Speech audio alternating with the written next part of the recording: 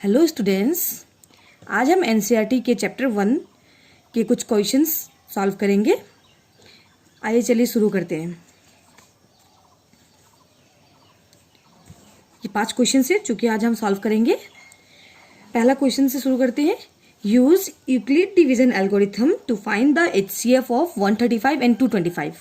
हमें HCF find करना है इन दोनों नंबर का यूक्लिड डिवीजन एल्गोरिथम का। ठीक है, तो चलिए शुरू करते हैं यूक्लिड डिवीजन एल्गोरिथम।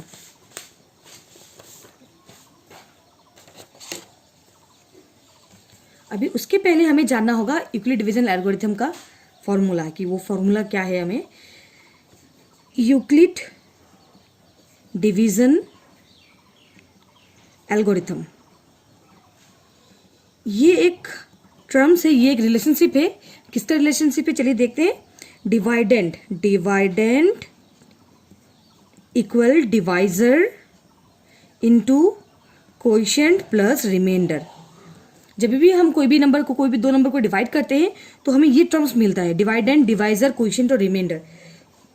इनके रिलेशनशिप का जो फॉर्मूला बनता है उसी को कहते हैं हम यूक्लिड डिवीजन एल्गोरिथम। ठीक है, अब इतना बड़ा टर्म्स लिखने का जरूरत नहीं होता है, इसको हम जनरली रिफर करते हैं कुछ टर्मों से।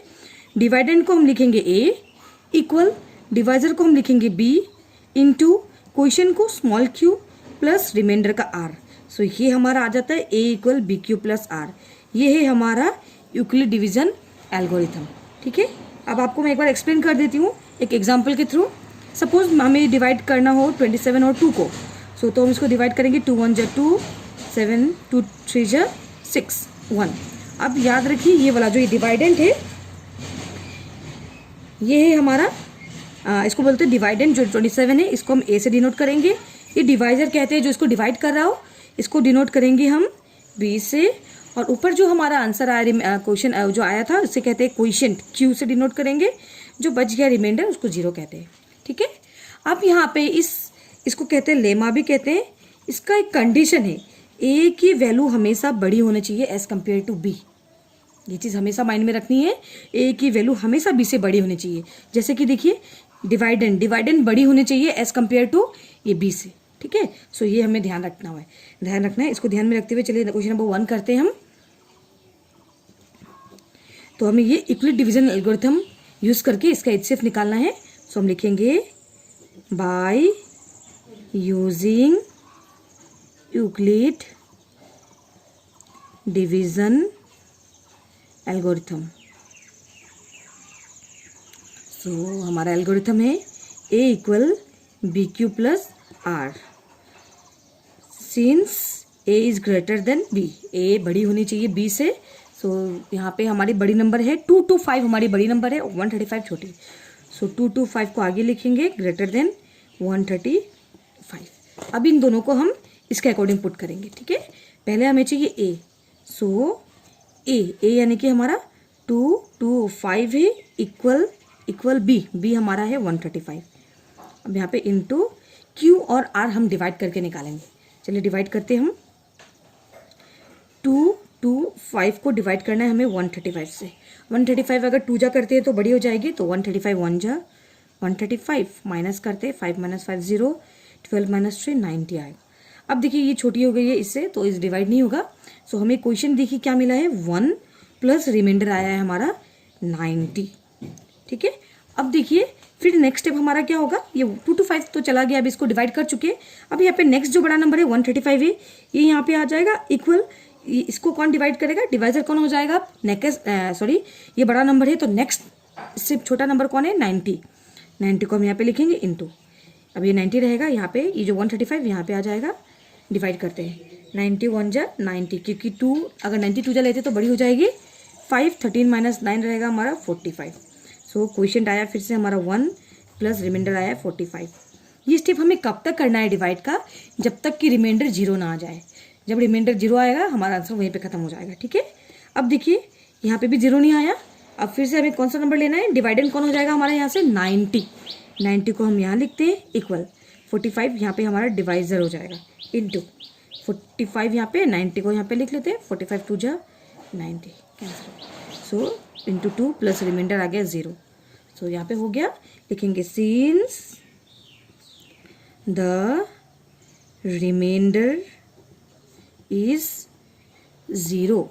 Therefore the HCF of 135 and 225, 135 and 225 इस, अब यहाँ से HCF कौन सा होगा हमारा, ये वाला जो लास्ट लाइन का जो इधर का जो अभी नेक्स्ट जो डिवाइडेंड बनने वाला था 45, वही होगा हमारा HCF 45. ठीक है. सो क्वेश्चन नंबर 1 का मैंने यहाँ पे एक क्वेश्चन सॉल्व कर दिया है. एनसीईआरटी पे और भी कुछ क्वेश्चन दिए हुए हैं, आप उनको सॉल्व कीजिए. अगर कोई दिक्कत हो तो आप मुझे बता सकते हैं, मैं ज़रूर सॉल्व करवा दूंगी.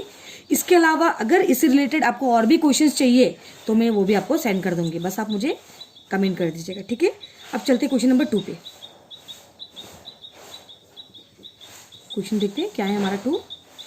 Find the LCM and HCF of 510 and 92 and verify that LCM into HCF equal product of the two numbers.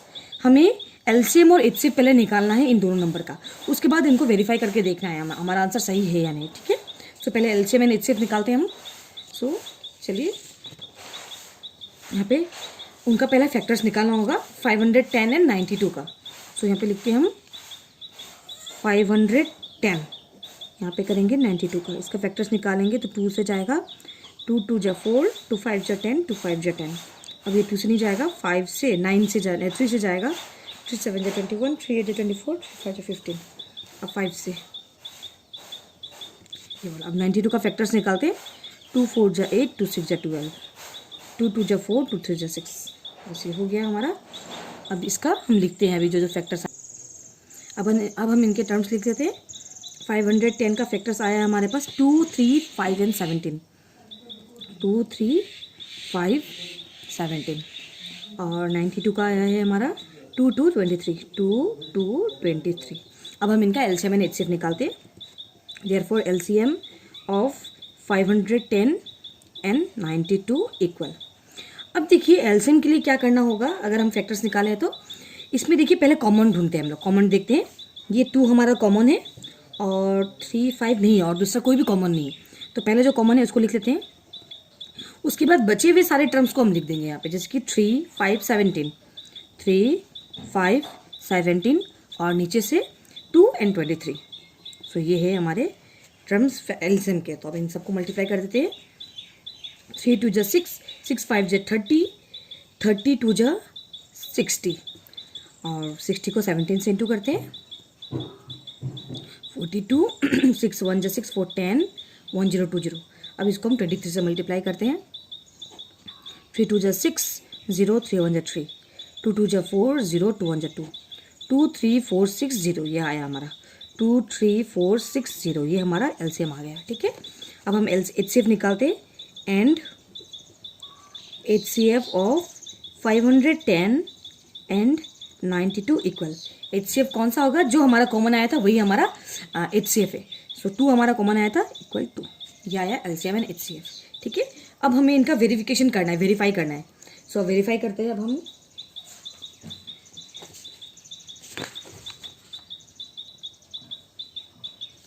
चलते वेरिफिकेशन की तरफ.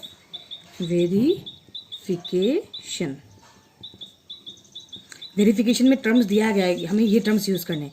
LCM into HCF equal product of two numbers. ठीक है. तो ये वाला लिखते हैं हम यहाँ पे. LCM into HCF equal product of two numbers. LCM आया हमारा 23460, 23460 इंटू एचसीएफ है हमारा 2 इक्वल प्रोडक्ट यानी कि मल्टीप्लाई टू नंबर्स, यानी कि जो क्वेश्चन में दिया गया वही हमारा 2 नंबर्स होगा. 510 और 92.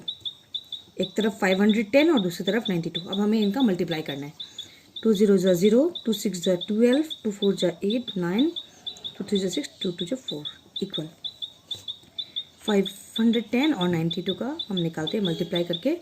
2 1 2 जा 2, 1 जा 9, 10 46, 46920.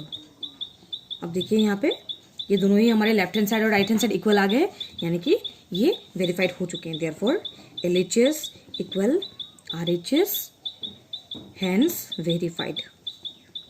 अगर इन केस हमारा ये जो left hand side and right hand side equal नहीं आता है तो हमें अपना यहाँ पे सबसे पहले तो यहाँ पे कैलकुलेशन वापस से चेक करना है.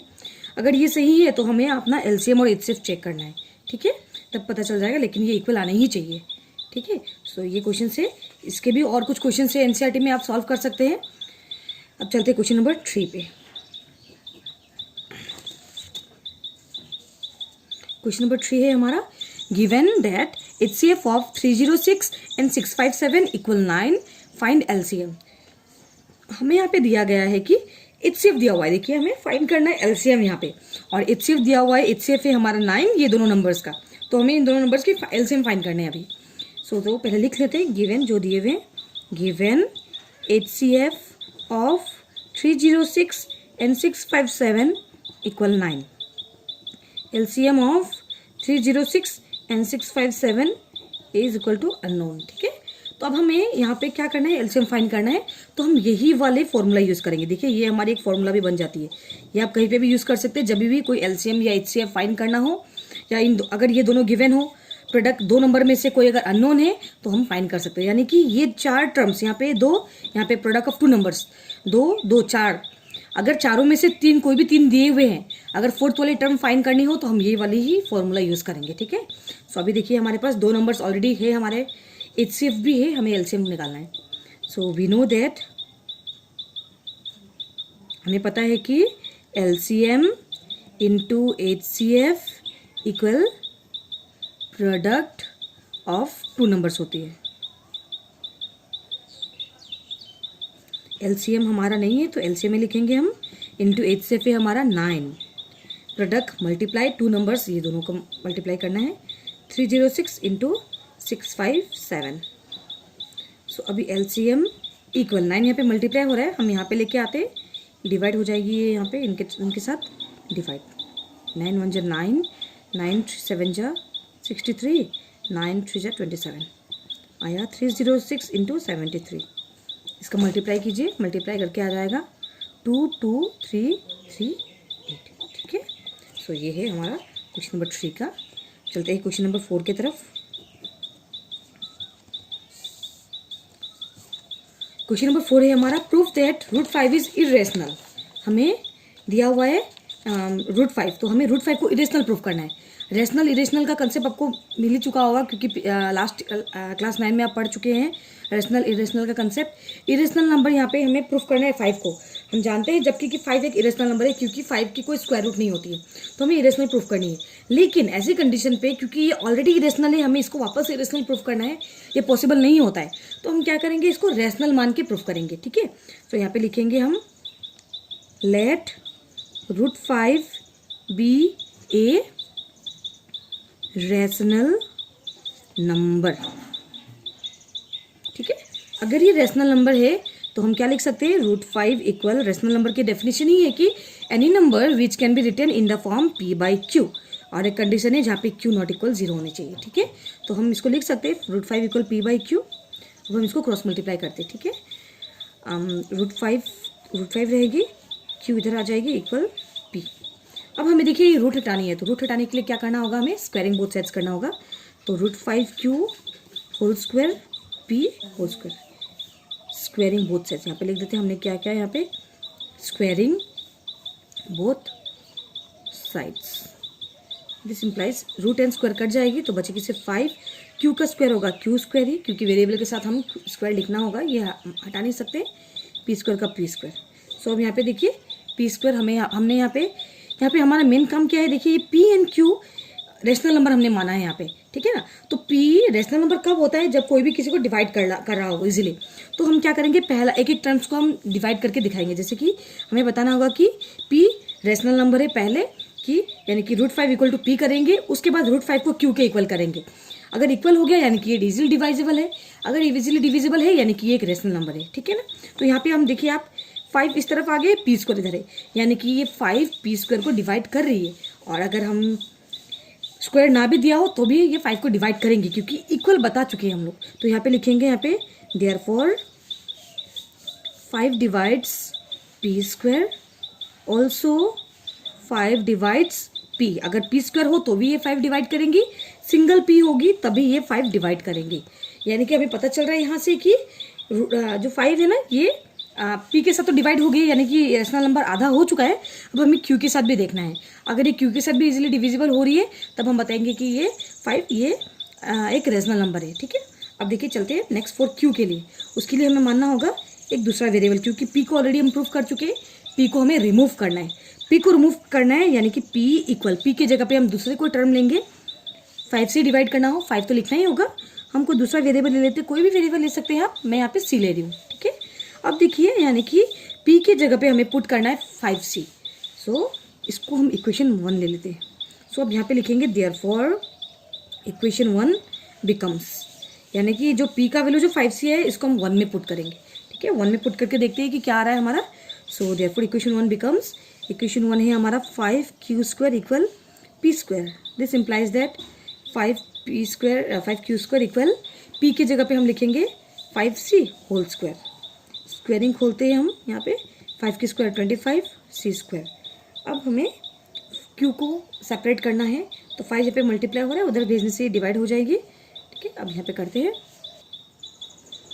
So this implies that q² equal 25 c² by 5, 5 1 जा 5, 5 5 जा 25 c²। सो q² इक्वल देखिए ये 5c²। इससे हमें ये भी पता चल रहा है कि q² 5 यानी कि 5q² को डिवाइड कर रहा है। Therefore 5 divides q², also 5 divides q। अब देखिए इसे पता चल रहा है कि p भी डिविजिबल हो चुकी है हमारे यहाँ पे, ये वाले टर्म, और यहाँ पे q भी डिवाइड हो चुकी है। तो हम बता सकते हैं कि ये एक रेशनल नंबर है। लेकिन कौन डिवाइड कर रहा है? 5। तो 5 एक रेशनल नंबर हो गया है, लेकिन यहाँ पे दिया गया है √5। हमने इसको जस्ट लेट किया था कि ये रेशनल नंबर है। ठीक है, तो हमें ये लिखना होगा, क्योंकि ये हमारा जो एजम्पशन है ये रॉन्ग आ चुका है, क्योंकि हमने जस्ट माना था। तो इसको लिखना है कि ये गलत है, क्योंकि ये इरेशनल नंबर है। यहाँ पे लिखेंगे but this was our contradiction to the fact that √5 is rational। ये हमने जस्ट माना था कि √5 क्या है? रेशनल है। देयरफॉर √5 क्या है? Is an irrational number. ठीक है, इसको बस ऐसे ही प्रूफ करना है। ये खत्म हो चुका है। यहाँ पे कोई मैथमेटिकल कुछ नहीं करना है हमें, बस टर्म्स लिखती जानी है और थोड़ा सा हमें स्टेप्स का भी ध्यान रखना होगा। बस स्टेप्स के अकॉर्डिंग लिखते जाना है। यहाँ पे √5 है, √5 की जगह पे आप √3 भी सॉल्व कर सकते हैं। √3 का भी निकाल के देख सकते हैं, सेम ही आएगा। √2 का भी कर सकते हैं, √3 का भी कर सकते हैं। ठीक है, अब हम चलते हैं क्वेश्चन नंबर 5 पे। ये प्रोसेस है सिर्फ अगर कोई सिंगल टर्म दिया हो, जैसे कि √5 सिंगल टर्म है। सिंगल टर्म को अगर रेशनल प्रूफ करना हो, इरेशनल, तभी ऐसा ये स्टेप्स फॉलो करने हैं। अब √5 पे चलते हैं। यहाँ पे देखिए इस पे भी सेम वही क्वेश्चन है। Proof that 3 + 2 √5 is irrational. यहाँ पे सिंगल नहीं है हमारा, यहाँ पे कुछ टर्म्स एक साथ है हमारा, तो इसे हमें इरेशनल प्रूफ करना है। तो देखिए इसको कैसे करेंगे। इसमें हमें इतना लंबा चौड़ा नहीं करना है, इसमें बस हमारा मेन काम है इसको अगर रूट को सेपरेट करना है। अगर ये रूट को हम प्रूफ कर देते कि ये रेशनल नंबर है, तब हम इसको एज्यूम करके फिर इसको कॉन्ट्राडिक्शन करके इसको रॉन्ग बता देंगे। ठीक है, तो चलिए स्टार्ट वैसे ही करना है। रेशनल मानते हैं, let 3 + 2 √5 be a rational number. Let 3 + 2 √5 be a rational number, full stop. अभी देखिए, अब अगर ये रेशनल नंबर है तो 3 + 2 √5 इक्वल p/q। यहाँ पे हमारा अभी काम क्या है? मेन काम है बस √5 को सेपरेट करना है। √5, क्योंकि देखिए 3 और 2 ये एक इंटीजर्स है, तो ये तो इजीली डिविजिबल हो जाएंगे, लेकिन √5 की ही दिक्कत है। तो √5 को अगर हम इक्वल कर देते हैं इस रेशनल नंबर से, तो हम बता सकते हैं कि ये रेशनल नंबर है। ठीक है, सो 3 को उधर सेंड करते हैं पहले। तो यहाँ पे 2 √5 इक्वल p/q रह जाएगा, और यहाँ पे 3 प्लस हो रहा है तो ये minus. So this implies that 2 √5 equal, LCM लेना होगा हमें, यहाँ पे q रह जाएगा p - 3 × q 3q। अब यहाँ से 2 जाएगा, √5 इक्वल p - 3q/q। 2 मल्टीप्लाई हो रहा है, यहाँ पे 2 डिवाइड नीचे। अब देखिए यहाँ पे √5 सेपरेटेड हो गई है। अब यहाँ पे हम क्या बता सकते हैं कि सिंस p/q और इंटीजर्स, p और q एक इंटीजर्स था हमारा। अगर ये इंटीजर्स है तो ये रेशनल नंबर है, अगर ये रेशनल नंबर है तो √5 भी रेशनल हो जाएगा। ठीक है ना। सो यहाँ पे लिखेंगे सिंस, यहाँ पे बस ये लाइनिंग थोड़ा चेंज करना है हमें। Since p and q are integers. So it is a rational number. Therefore root 5 is a rational number. क्योंकि अगर ये रेशनल हो चुकी है तो ये रूट 5 तो इसके इक्वली बैठी हुई है, तो रूट 5 भी क्या हो जाएगा, हमारा रेशनल नंबर हो जाएगा. So root 5 is a rational number. लेकिन हमें पता है कि ये जस्ट कंट्राडिक्शन था, हमने जस्ट माना था कि ये रेशनल नंबर है, लेकिन रूट 5 रेशनल नहीं हो सकते, तो वही लिखना है हमें. But this was our contradiction to the fact that root 5 is rational.